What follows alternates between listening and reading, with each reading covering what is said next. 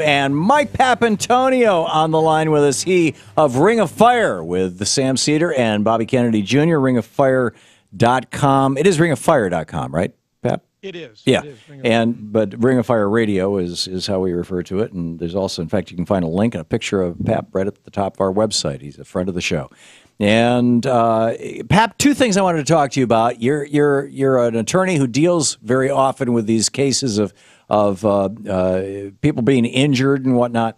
The first is the KBR, this defense contractor, has apparently caused some deaths of American soldiers in Iraq, or had some involvement in something that led to their deaths or their sickness, and they want we, the taxpayers, to pay the bill. And the second is that the gun industry apparently has blanket immunity. They can't be sued the way the tobacco industry could be sued. And y'all participated, I believe, in going after the tobacco companies back in the day, and which caused them to change their ways in a significant way. But we can't do the same thing with the guns. So those are my two topics. Let me just, I wound you up. Let me let you go off on it.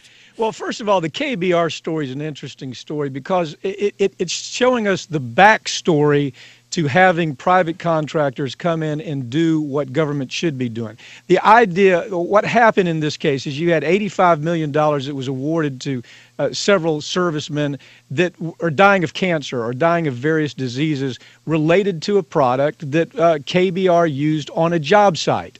Now, it was a simple process that was taking place. They were simply trying to create a water solution, a water system there in Iraq after we invaded. But they didn't tell the people that were using the product that they were using to make the system work would kill them. Now, did they know it? Absolutely. Did they cover it up? Of course they did. It's KBR. And did they distort the truth even after it was very obvious that they had lied to these people? So right now you have servicemen dying of untreatable cancer, along with a whole host of other neurological issues that they're faced with, neurological, pulmonary issues, just a whole host of very specific kinds of illnesses related to this particular chemical. Now, here's the point.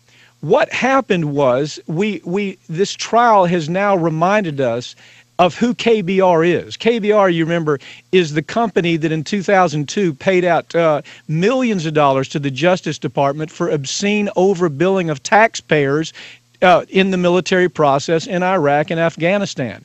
Their sister company, the subsidiary Halliburton, is the subsidiary that was caught selling pulse neutron generators that were used to detonate nuclear weapons. They took those and they sold them to Muammar Gaddafi in Libya, knowing that he was going to use them in an effort to try to detonate nuclear weapons. So this is a culture of crime. Both of these companies, KBR especially, we've known about the culture of crime.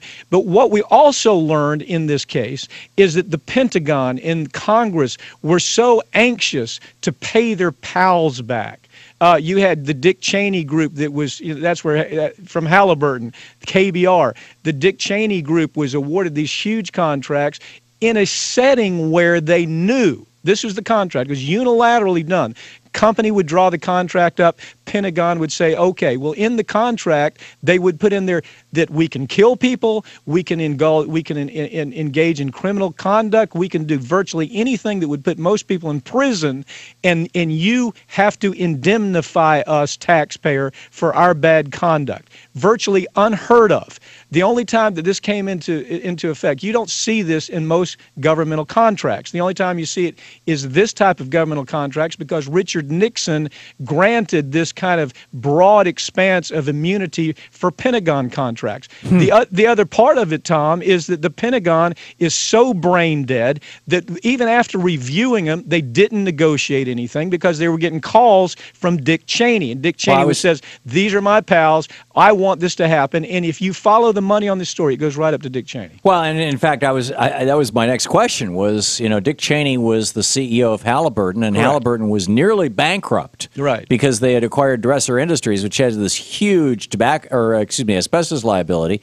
And all of a sudden, Dick Cheney becomes vice president. All of a sudden, Halliburton's no longer teetering on the edge of bankruptcy. Yeah, people don't know that story. People have thought that Halliburton's always this flourishing company. No, you're right. They were ready to go out of business. So listen, this is a Pentagon that allowed this to happen. They allowed their criminal friends to come in for paybacks. Now, understand, Tom, this is the same Pentagon that allowed $12 billion in cash money that was delivered on a C-130 to Iraq after we invaded. It disappeared, and the Pentagon said, golly, we don't know where it went. So there's many parts This was a pile of pallets of $100 bills that were shrink-wrapped in plastic that was literally large enough to be seen from outer space. Right. That vanished.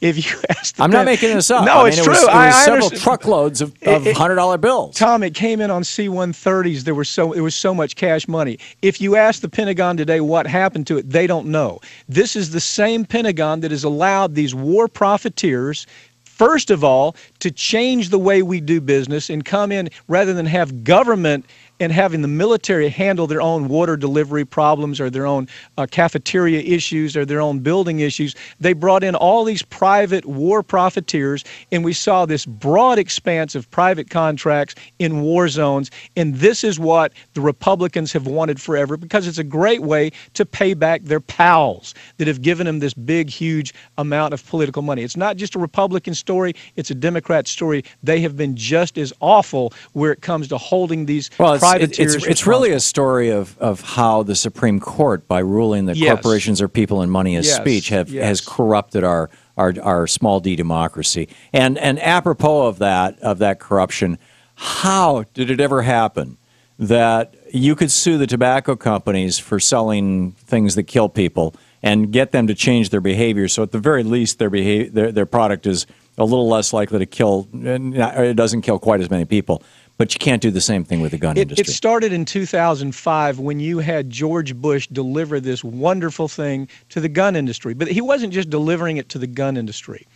The NRA came in with a bill and said, we want total immunity because we're being sued. We're being sued because you have lawyers like me and my friends up in New York and California, some people that were uniting to bring cases like this, that said they want to sue us because we're building mechanisms that are cop killers. We're creating ammunition that has the ability to pierce through SWAT armor or body armor. We're building gun mechanisms that has the ability to kill 100 people in less than 20 seconds. So what we did is you had lawyers that were bringing lawsuits and saying, listen, there has to be some responsibility because a lot of this, Tom, was taken by way of the black market. There were design defects in the guns. There was defects in the way they were marketing the guns. It was simply a criminal enterprise where we brought RICO cases against some of these companies. And all of a sudden, the NRA gets together with the Chamber of Commerce, by the way, the U.S. Chamber of Commerce. They get together with ALEC. They get together with all of the usual suspects, and they create legislation that gives this industry total, utter immunity. They can do whatever the hell they want. They can make something as defective as they want. They have no need to improve anything. Now, I will tell you this. Before they were given that immunity, we were already making inroads in making this industry more responsible. Wow. But after the Congress gave them immunity in 2005, it has been lawless. It has been an expanse of criminals in every kind of way, not just the criminals carrying the guns, but the criminals who are manufacturing the guns. They're doing it in places like Eastern Europe, parts of Asia, bringing it in through all types of black market avenues. Amazing, amazing. Mike Papantonio, ringofire.com, Ring of Fire Radio. Pap, you always astound me. Thank you so much for the information. Thank you, Tom.